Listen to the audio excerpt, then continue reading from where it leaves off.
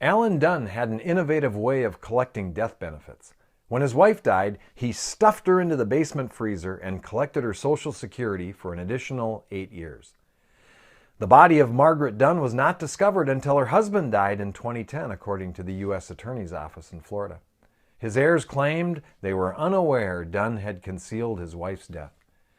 3 problems come immediately to mind. The first is picturing Big Al getting a frozen pizza and having to reach in past the carcass of his dead wife who's there chilling in the freezer. The second is, did they not have contact with any other people? Apparently they had heirs. No one talked to Grandma for 8 years? Didn't the neighbors wonder where the lady of the house was? And the third issue I have has to do with the lengths we go to in order to avoid facing death. This is Tom Miller. I'm pastor of Central Assembly in Superior, Wisconsin. This is Fuel for the Fire. It's volume 698.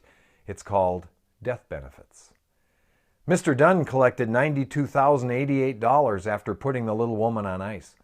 That's a long way to go to collect death benefits. Many people go to great lengths to avoid even the thought of death.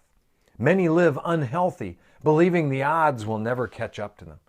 Some won't prepare a will or plan end-of-life arrangements. Others refuse to go to funerals, visit graves, or even discuss dying, hoping that if they don't think about death, it won't come knocking. The Grim Reaper is feared by many. He's the elephant in the room, lurking in the corner, a shadowy figure just waiting for the final curtain to be drawn. But is death something to be feared? Let's think about what we know about death. We know it's inevitable. It's appointed unto a man once to die, and after this the judgment, Hebrews 9:27 says. It was writer William Saroyan who on his deathbed said, "Everybody has to die, but I always believed an exception would be made in my case." There are no exceptions. 10 out of 10 die. 155,000 people every day find themselves in cold storage with Mrs. Dunn. We also know what happens to us after we die. If we're a believer, the Bible says, we're confident, I say, and willing rather to be absent from the body and to be present with the Lord. That's 2 Corinthians 5:8. Another thing we know is what is coming is better than what we have. And God shall wipe away all tears from their eyes, Revelation 21:4 says.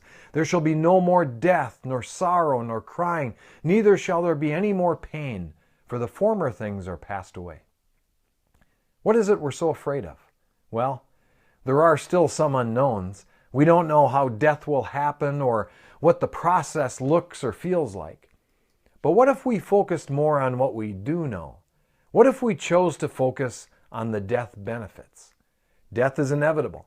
We go to be with Jesus, and it will be better there than here.